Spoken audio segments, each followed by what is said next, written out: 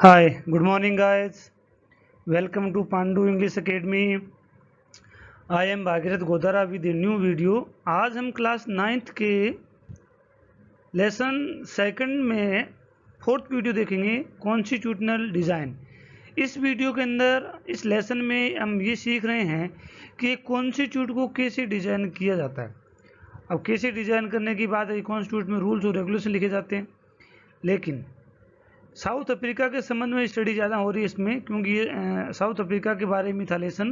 तो south Africa के अंदर वाइट जो लोग टूरिज्म जी जो ब्रिटेन से जो लोग आए थे, यूरोप से जो लोग आए थे, उन्होंने साउथ अफ्रीका कॉन्टिनेंट और उसके देश पे कब्जा कर लिया और वहाँ वो खुद रूल करने लगे और वहाँ के 200 लोगों को अपना दास बना लिया, स्लेव बना लिया, गुलाम बना लिया और उन पे बहुत ज़्यादा एग्जॉशन करने लगे, उनका शोषण करने लगे।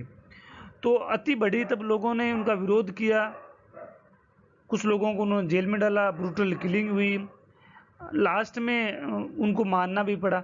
अब जब मारना पड़ा तो जिन लोगों ने रूल किया, जो वाइट कम्युनिटी थी, वो वहाँ पे काफ़ी सालों से स्टेबल हो चुकी थी, वो उस देश को छोड़ना भी नहीं चाहते। अगर वो ब्लैक लोग वहाँ पे रूल करने लग जाएं तो फिर वो वापस शुरू हो जाए कि वो वाइट लोगों को परेशान करें। तो इसलिए एक वहाँ पे रूल सेट किया गया और एक ऐसा रूल बनाया गया जिसमें सभी लोगों के बीच में हार्मनी हो। हार्मनी का मतलब होता है सामंजस्य हो, है ना। उसी को हम पढ़ेंगे। सो आगे बढ़ने से पहले मेरा निवेदन है कि मेरे वीडियो को लाइक करें, सब्सक्राइब करें, शेयर करें, वीडियो को पूरा देखें, चैनल को लोगों से फॉलो करवाएं। तो आगे बढ़ते हैं। तो आज के इस वीडियो में इतना पढ़ेंगे कि कॉन्स्टिट्यूट डिजाइन करना साउथ अफ्रीका के रिगार्ड में कितना डिफिकल्ट था। तो क्वेश्चन क्या है, how difficult to design a constitute in South Africa. South Africa के अंदर दो कम्युनिटी हो गई थी, ब्लैक एंड कलर लोग एक तरफ हो गए थे, वो वाइट लोग एक तरफ थे। अगर ब्लैक लोग रूल करते हैं तो वाइट को शोषण करेंगे और वाइट तो पहले से कर रहे थे। तो इन दोनों के बीच में कोऑर्डिनेशन, एक कॉम्बिनेशन कैसे बिठाया जाए, दोनों लोग इस बात से एग्री कैसे हो, क्यों एग्री होना भी असंभव होता, क्योंकि वाइट लोगों ने बहुत ज़्यादा उनका शोषण किया था। अब ब्लैक लोगों को मौका मिला शायद वो भी उनका करें, ऐसा डर उनको लगता है। किनको? वाइट लोगों को लगता है। तो क्या था, जो मेजोरिटी थी, जो ब्लैक और कलर्ड लोग थे, वो क्या चाह रहे थे, वो यहाँ पे दिया गया है, democratic principle of the majority rules. White black लोग और कलर्ड लोग ये चाहते हैं कि इस देश के अंदर डेमोक्रेटिक प्रिंसिपल जो मेजोरिटी का है, कि जिनका बहुमत ज़्यादा होगा वो लोग रूल करेंगे, ये बात इम्प्लीमेंट हो, ये सा ब्लैक और कलर्ड लोग चाहते हैं, क्योंकि डेमोक्रेसी के अंदर यही नियम है। To ensure substantial social and economic rights, वो इस गवर्नमेंट के माध्यम से सोशल और इकोनॉमिक का मतलब सामाजिक और आर्थिक अधिकारों को इक्वल करना चाहते हैं। इसका मतलब ये हुआ कि जो वाइट लोग थे उनके पास बहुत ज़्यादा संपत्ति थी, वो आर्थिक रूप से संपन्न लोग थे ना, सोशली वो स्ट्रॉन्ग थे। अगर डेमोक्रेटिक प्रिंसिपल लागू होते हैं तो उन लोगों के पास वो संपत्ति थी, उन संपत्ति को छीना जा सकता है, गरीब लोगों में बांटा जा सकता है। तो ये उनको डर था, है ना। Social some basic rights for the poor and workers, poor और वर्कर्स कुछ बेसिक राइट्स होने चाहिए थे, है ना। गरीब लोगों को खाने की व्यवस्था हो, मेडिकल की व्यवस्था हो, रहने की आवास हो। तो ये पैसे कहाँ से आएंगे, ये चीज़ थी। 1 पर्सन 1 वोट था, है ना। पहले 1 पर्सन 1 वोट नहीं था, पहले सिर्फ एजुकेटेड लोग थे या जिनके नाम प्रॉपर्टी थी वही लोग रूल किया वही लोग वोट डाला करते थे। Country has diverse group of peoples, और संविधान बनाना इसलिए भी डिफिकल्ट था क्योंकि उस देश के अंदर बहुत प्रकार के बहुत जाति के लोग, धर्म के लोग, और बहुत डाइवर्सिटी वहाँ पे थी। और people have difference opinion and interest, और सभी लोगों की अपनी अपनी राय थी, अपने अपने इंटरेस्ट थे। ये तो डिफिकल्टी थी मेजोरिटी वाले लोगों की तरफ से। अब माइनॉरिटी क्या चाह रही थी, देखते हैं। माइनॉरिटी चाह रही थी, the white minority was keen to protect its privilege and property. Minority को, जो वाइट लोग थे, उनको डर लग रहा था अगर ब्लैक लोग रूल में आ जाएंगे तो हमारी प्रॉपर्टी को छीन लेंगे, हमें मारेंगे, हमें पीटेंगे, हम यहाँ से भगा देंगे। जो कि वहाँ काफ़ी सालों से सेटल हो चुके थे, वो उस क्षेत्र को छोड़ना नहीं चाह रहे थे। Scared of taking away their property, उनको डर लग रहा था कि लोग हमारी प्रॉपर्टी को छीन के जाएंगे। तो फिर क्या हुआ, एक एग्रीमेंट हुआ। क्या हुआ, white agrees to to the principle of majority rules. White इस बात के लिए एग्री हो गए कि मेजोरिटी के रूल से लागू किया जाए, कि जो लोग ज़्यादा सीट जीत कर आएंगे वही लोग शासन करेंगे। मेजोरिटी के रूल को एक्सेप्ट कर लिया गया। तो क्या हुआ फिर, वाइट ने तो ये स्वीकार कर लिया, ब्लैक ने क्या किया, the black agreed that majority rules would not be absolute. और ब्लैक लोगों ने ये कहा कि मेजोरिटी का मतलब ये नहीं है कि माइनॉरिटी लोगों का शोषण करेंगे, कि मेजोरिटी जो एब्सोल्यूट रूल नहीं है उसका विरोध भी किया जा सकता है, उस सरकार को हटाया भी जा सकता है। ऐसा एग्रीमेंट हो गया दोनों के बीच में। सो एग्रीमेंट डन। तो अच्छा एग्रीमेंट हुआ। मेजोरिटी और माइनॉरिटी मीन्स यहाँ पर ये है कि हार्मनी कैसे सेटल की जाए दोनों कम्युनिटी के बीच में, आगे किसी तरह की कोई भी डिस्प्यूट न हो, ताकि देश एक विकास के पथ पर चल सके। सो देखते हैं हम क्या करते हैं, how to trust each other. अब दोनों लोगों ने बात तो कर ली कि मेजोरिटी का रूल होगा, और ब्लैक ने कह दिया कि मेजोरिटी का मतलब ये नहीं होगा कि हम आपका शोषण करेंगे। तो ऐसा बनाया क्या जाए कि एक दूसरे को विश्वास हो। ये तो बात हुई है। To build and maintain trust, write down some rules of the game that everyone would abide bye.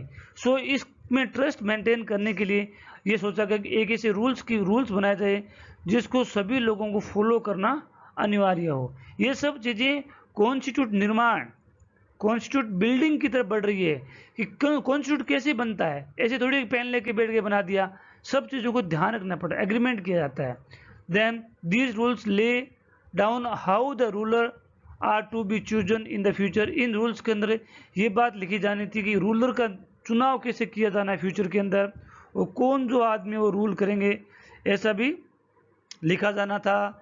These rules also determines that what the elected government are empowered to do and what they can't do।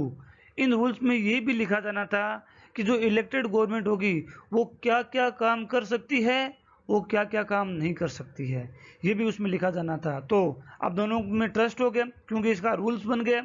अब और क्या होता है देखते हैं हम।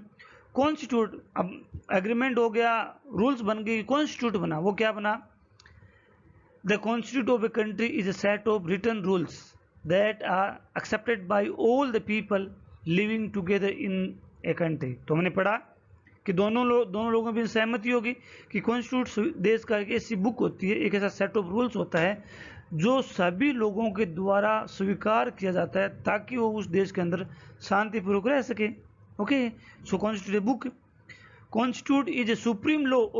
वो book के अंदर लिखी हुई बातें सबसे बड़े कानून होती हैं, लॉ होती हैं। That determines the relationship among people living in a territory called citizens and also relationship between people and governments. तो वही सुप्रीम बुक जो होती है वो लोगों और सरकार के बीच में रिलेशन को इस्टेब्लिश करती है। तो पहले दोनों के बीच में अलग अलग राय थी, फिर दोनों के बीच में एग्रीमेंट हुआ, फिर दोनों के बीच में रूल सेट किए गए, फिर उनको एक बुक में इंक्लूड कर लिया गया, तो कॉन्स्टिट्यूट बन गई। अब आगे देखते हैं क्या होता है, कॉन्स्टिट्यूट्स क्या होता है, फिर और पढ़ते हैं, उसी की बात है। Agree that these rules will be supreme. दोनों सहमत हुए, कॉन्स्टिट्यूट बनाया गया कि ये रूल्स ही सुप्रीम होंगे। No government will be able to ignore them. कोई भी सरकार इनको इग्नोर नहीं करेगी।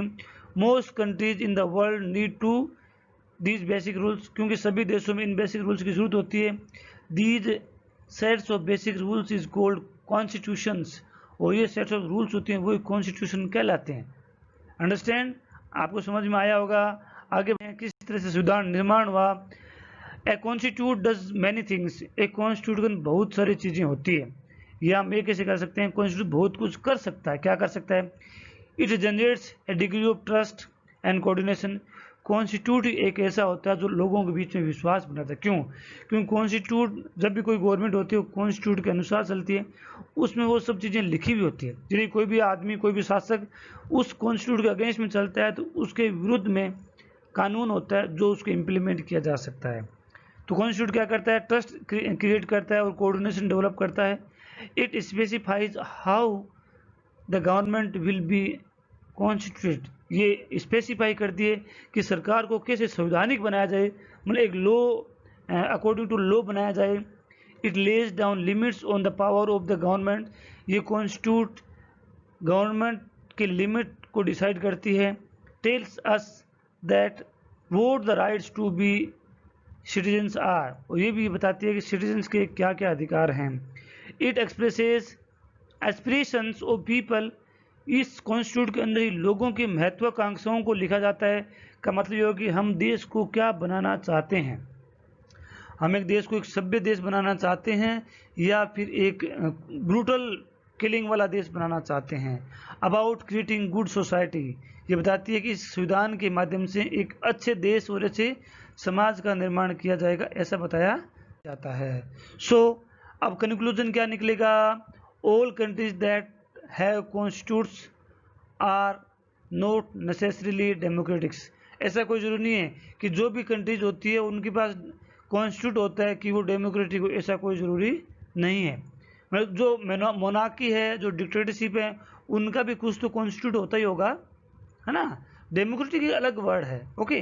But all countries that are democratic will have constitutions, लेकिन जो देश डेमोक्रेटिक है उसके पास में कॉन्स्टिट्यूट का होना बहुत ही ज़रूरी है। सो आज आपने पढ़ा कि कॉन्स्टिट्यूट कैसे बनता है। बहुत अच्छा वीडियो था, बहुत अच्छी एक्सप्लेनेशन, इसमें सब चीज़ें क्लियर हो गई है। सो हमने ये देखा कि कॉन्स्टिट्यूट कैसे बनता है, क्या क्या चीज़ों का ध्यान रखा जाता है। सो आई थिंक आपको वीडियो अच्छा लगा होगा। वीडियो अच्छा लगा हो तो लाइक करें, शेयर करें, सब्सक्राइब करें, लोगों के बीच में शेयर करें, फॉलो करवाएं। Thanks for watching, have a nice day.